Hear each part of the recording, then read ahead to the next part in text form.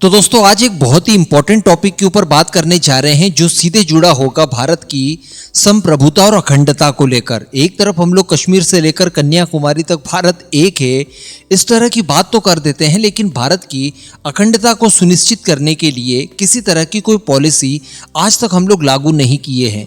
Example के तौर पर अगर चाइना के द्वारा अपनी वन चाइना पॉलिसी लागू नहीं करवाई जाती और दुनिया भर को उसे मान्य करने के लिए बाध्य नहीं किया होता तो आज चाइना का मैप जब विश्व भर में आप देखते तो उसमें आपको मंचूरिया अलग दिखता, उसमें आपको शिनजियांग प्रांत अलग दिखता, उसमें आपको तिब्बत अलग दिखता, उसमें आपको हांगकांग अलग दिखता। इसके साथ साथ दुनिया भर के अलग अलग कई सारे देश ताइवान की संप्रभुता की रक्षा के लिए चाइना से लड़ने के लिए तैयार हो जाते। आप विडंबना देखिए कि एक तरफ अमेरिका ये कहता है कि हम लोग ताइवान को चाइना के किसी भी संभावित खतरे से बचाने के लिए प्रतिबद्ध हैं, लेकिन वहीं पर अगर ऑफिशियल डॉक्यूमेंट देखे जाएं तो अमेरिका ताइवान को एक पार्ट के तौर पर रिकॉग्नाइज करता है चाइना के। इवन भारत का जो अक्साई चीन वगैरह चाइना द्वारा ऑक्यूपाइड कर लिया गया है, इसे भी अमेरिका चाइना के ही पार्ट के तौर पर रिकॉग्नाइज करता है। तो चाइना के लीडर्स कितने ज्यादा विजनरी थे कि उन्होंने इस तरह की वन चाइना पॉलिसी को अप्लाई किया, जिसकी वजह से उनके द्वारा जितने भी इनलीगली लैंड ऑक्यूपाइड किए गए थे वो सारे के सारे दुनिया भर के देश चाइना के ही पार्ट के तौर पर मानने के लिए बाध्य हो जाते हैं। लेकिन भारत के पास यही प्रॉब्लम है, आज तक भारत के द्वारा ऐसी कभी कोई कोशिश की ही नहीं गई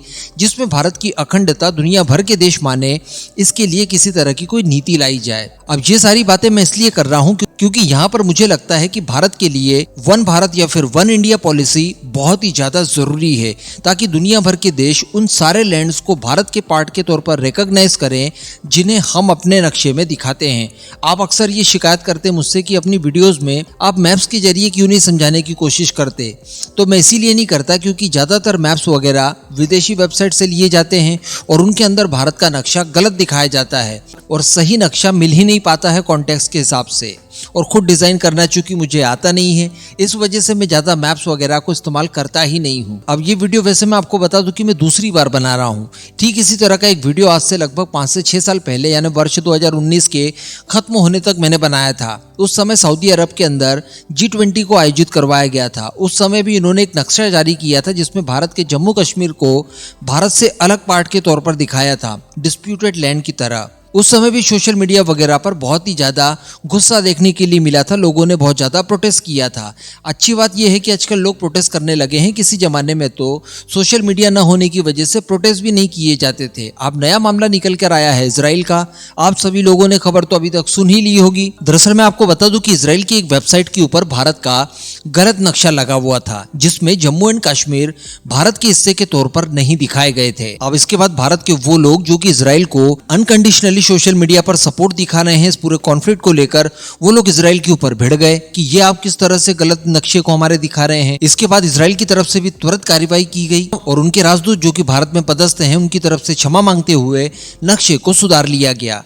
लेकिन अगर मैं आपको ये कहूं कि इजराइल के ऑफिशियल डॉक्यूमेंट में तो नक्शा हम लोग आज भी नहीं सुधार पाए हैं, तब आप क्या कहेंगे? आप इस समय अपनी स्क्रीन पर जो हम नक्शा देख पा रहे हैं ये इजराइल का वो नक्शा है जो कि इजराइल ऑफिशियली भारत के नक्शे को रिकॉग्नाइज करता है, या भारत को वो किस तरह से देखता है वो नक्शा इस समय आपके सामने है। यानी इजराइल भारत के इसी नक्शे को पहचानता है।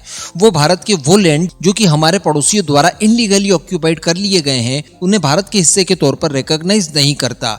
मैं आपको बता दूं कि कुछ लोग ऑफेंड हो सकते हैं कि भारत का नक्शा मैं गलत क्यों दिखा रहा हूं, लेकिन यहाँ पर मेरी मजबूरी है आप लोगों को कॉन्टेक्स्ट समझाना है कि दुनिया के बाकी देश भारत के नक्शे को किस तरह से देखते हैं। वैसे मैं आपको बता दूं कि यहाँ पर इजराइल ओरली कई बार ये चीजें बोल देता है, इस बार भी स्वीकार की, इवन नक्शा बदलने की बात भी कही, लेकिन इस तरह से किसी भी देश की बाउंड्रीज आप निर्धारित नहीं कर सकते। उसके लिए प्रॉपर आपको संसद में कानून पास करने होते हैं जो कि एक्चुअली नहीं किया गया है। और इसी वजह से इजराइल की अलग अलग संस्थाएं, प्राइवेट हो या फिर सरकारी वगैरह हो, उन्हें उसी तरह के मैप्स को दिखाने की हैबिट हो चुकी है। अब मैं आपको रशियन वेबसाइट के ऊपर ले जाता हूं जो कि भारत के सबसे अच्छे मित्रों में से एक है। तो यहाँ पर आप देख पा रहे होंगे कि रशिया द्वारा पीओके को तो भारत के पार्ट के तौर पर रिकॉग्नाइज किया है, लेकिन अक्साई चीन जो कि चाइना दबाकर बैठा है उसे वो भारत के पार्ट के तौर पर रिकॉग्नाइज नहीं करता। अगर देखा जाए कि ऑफिशियली कौन कौन से देश भारत के जम्मू एंड कश्मीर को भारत के मैप में दिखाते हैं तो इनमें आपको गिने चुने 5 देश मिलेंगे। यूनाइटेड स्टेट है जो कि बहुत ही ज्यादा मुखरता से तो नहीं लेकिन ठीक है, न्यूट्रल न्यूट्रल बना रहता है पाकिस्तान भारत के बीच में।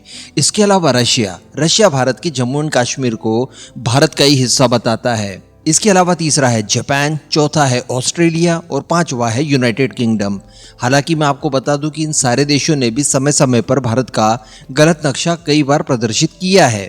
बाकी दुनिया में कोई ऐसा देश है ही नहीं जो कि पीओके को भारत के पार्ट के तौर पर रिकॉग्नाइज करता हो। या तो वो लोग सीधे सीधे पाकिस्तान के पार्ट के तौर पर रिकॉग्नाइज करते हैं या फिर वो लोग इसे डिस्प्यूटेड बताते हैं। अक्साई चीन की बात की जाए तो अक्साई चीन को तो लगभग पूरी दुनिया ही या तो डिस्प्यूटेड बताएगी या फिर उसे डायरेक्टली चाइना के पार्ट के तौर पर रिकॉग्नाइज करेगी, क्योंकि चाइना की वन चाइना पॉलिसी यहाँ पर लागू होती है और भारत का वो हिस्सा जो कि चाइना द्वारा इनलीगली ऑक्यूपाइड कर लिया गया था 1962 में, उसे भी वो दुनिया भर के देशों से वन चाइना पॉलिसी के पार्ट के तौर पर ही रिकॉग्नाइज करने के लिए मजबूर कर देता है। तो अब आप समझ सकते हैं कि वन भारत पॉलिसी या वन इंडिया पॉलिसी भारत के लिए कितनी ज्यादा जरूरी है। और यहाँ पर भारत की लगभग सभी सरकारों की ये गलती रही है कि हम लोगों ने कभी इस बात का विरोध किसी के सामने किया ही नहीं या इस तरह की कोई नीति बनाने के लिए सोचा भी नहीं, अभी भी नहीं सोचा गया है। अभी तो केवल मैं इस तरह का विचार रख रहा हूँ कि भारत के पास अपनी खुद की इस तरह की एक पॉलिसी होनी चाहिए। इवन इसको लेकर भारत सरकार की तरफ से ऑफिशियली किसी बड़े लेवल पर विरोध दर्ज कराया गया हो, ऐसे इंसिडेंट्स भी बहुत कम देखने के लिए मिलते हैं। जैसा मैंने आपको बताया कि वर्ष 2019-20 में सऊदी अरेबिया के द्वारा G20 को आयोजित उस समय भारत का गलत नक्शा दिखाया गया था तो भारत ने विरोध किया था।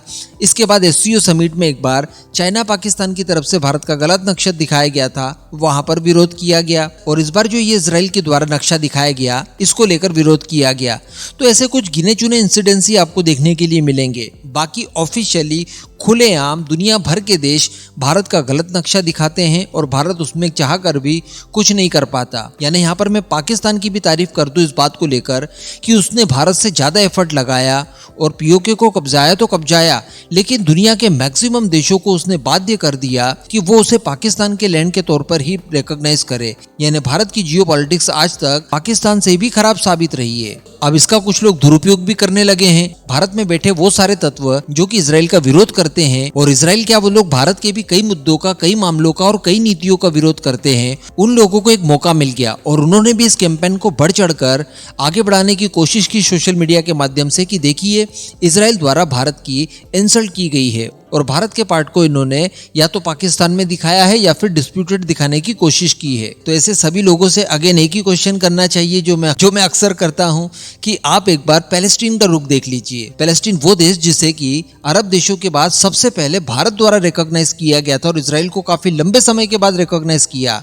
इसके बावजूद क्या पैलेस्टीन भारत को कश्मीर मामले को लेकर सहयोग करता है या फिर पाकिस्तान को सहयोग करता है, ये आप उनसे जरूर पूछिएगा। इसके अलावा दोस्तों, इजराइल से अगर हम लोग शिकायत ये करें कि उसने हमारा मैप गलत दिखाया, तो क्या बदले में इजराइल हमसे शिकायत नहीं कर सकता? पिछले 4-5 दशकों में जितने बार भी युद्ध हुए जिसमें शुरुआत कभी भी इजराइल ने नहीं की, हमेशा इजराइल के ऊपर युद्ध थोपे गए। इन सभी युद्धों में इजराइल ने जीता और जीतने के साथ साथ कई सारे लैंड को भी ऑक्यूपाई किया, जो कि इजराइल के हिसाब से हिस्टोरिकली उसी का हुआ करता था। और इजराइल भी इस मामले में भारत की तरह ही परेशान है। इजराइल की जो ऑफिशियल वेबसाइट पर उसके खुद के मैप को जिस तरह से दर्शाया जाता है, क्या भारत भी अपनी ऑफिशियल वेबसाइट पर इजराइल के मैप को उसी तरह से दर्शाता है? तो यहाँ पर जवाब मिलेगा नहीं। भारत भी इजराइल के मैप को उस तरह से नहीं देखता जिस तरह से इजराइल खुद देखता है। तो अगर भारत इजराइल के ऊपर यह दबाव बनाए कि वो भी भारत के मैप को बिल्कुल वैसे ही देखे जैसा कि हम देखते हैं, तो बदले में काउंटर प्रेशर इजराइल भी डाल सकता है और इजराइल भी भारत को इस बात के लिए बाध्य कर सकता है कि आप भी सारे लैंड को इजराइल के ही पार्ट के तौर पर दिखाना शुरू कर दीजिए। इसके साथ साथ हमारी राजधानी को आप तेल अवीव ना कहकर जेरूसलम को मानिए। तो क्या भारत ऐसा कर पाएगा? नहीं कर पाएगा। कुल मिलाकर भारत की भी अपनी कई सारी मजबूरियां हैं और इन सारी मजबूरियों को हटाने का समय अब मेरे ख्याल से आ चुका है। इसी तरह का एग्जांपल अगर हम लोग रशिया के मामले में देखें कि देखिए भाई रशिया, हम आपसे बहुत सारे हथियार खरीदते हैं, इन सब चीजों को देखते हुए आपने पाकिस्तान का सहयोग न करते हुए पीओके को हमारे ही हिस्से के तौर पर रिकॉग्नाइज किया, आज तक किया, और ना ही आपके देश का कोई राष्ट्रीय अध्यक्ष आज तक पाकिस्तान के विजिट पर गया। यहाँ तक तो ठीक है, लेकिन चाइना के मुद्दे पर आप भारत से अलग राय रखते हैं, अक्सर चीन को चाइना के हिस्से के तौर पर रिकॉग्नाइज करते हैं, तो ये तो गलत है। तो रशिया भी बदले में ये कह सकता है कि आप क्रीमिया को क्या रशिया के ही ऑफिशियल पार्ट के तौर पर रिकॉग्नाइज करेंगे आज से, या फिर दोनबास वगैरह जो भी इलाके रिसेंट कॉन्फ्लिक्ट में रशिया ने यूक्रेन से कब्जाएं हैं, क्या उन्हें भारत रशिया के ऑफिशियल पार्ट के तौर पर रिकॉग्नाइज करेगा? क्योंकि चाइना करता है एक्चुअली, तो भारत वो सारी चीजें नहीं कर सकता। इस वजह से भारत की भी मजबूरी बन जाती है कि भारत दबाव डालकर वन भारत पॉलिसी को शायद अप्लाई नहीं कर सकता। लेकिन जैसा कि मैंने आपको कहा कि भारत की अखंडता को विश्व भर में एक समान रखने के लिए अब समय आ चुका है कि भारत अपनी वन भारत पॉलिसी जल्द से जल्द तैयार करे, और जिस नक्शे को भारत अपनी नजरों से देखता है उसी नक्शे को दुनिया भर के देश भी उसी फॉर्म में देखें। इस बात के लिए दुनिया को बाध्य कर दे। अब भारत एक्चुअली अपने अंदर इतनी सॉफ्ट पावर तो गेन कर चुका है कि ऐसा कई देशों से एक्चुअली करवाया जा सकता है। बाकी इस पूरे मुद्दे पर आपका क्या मानना है, नीचे कमेंट करके जरूर बताइएगा।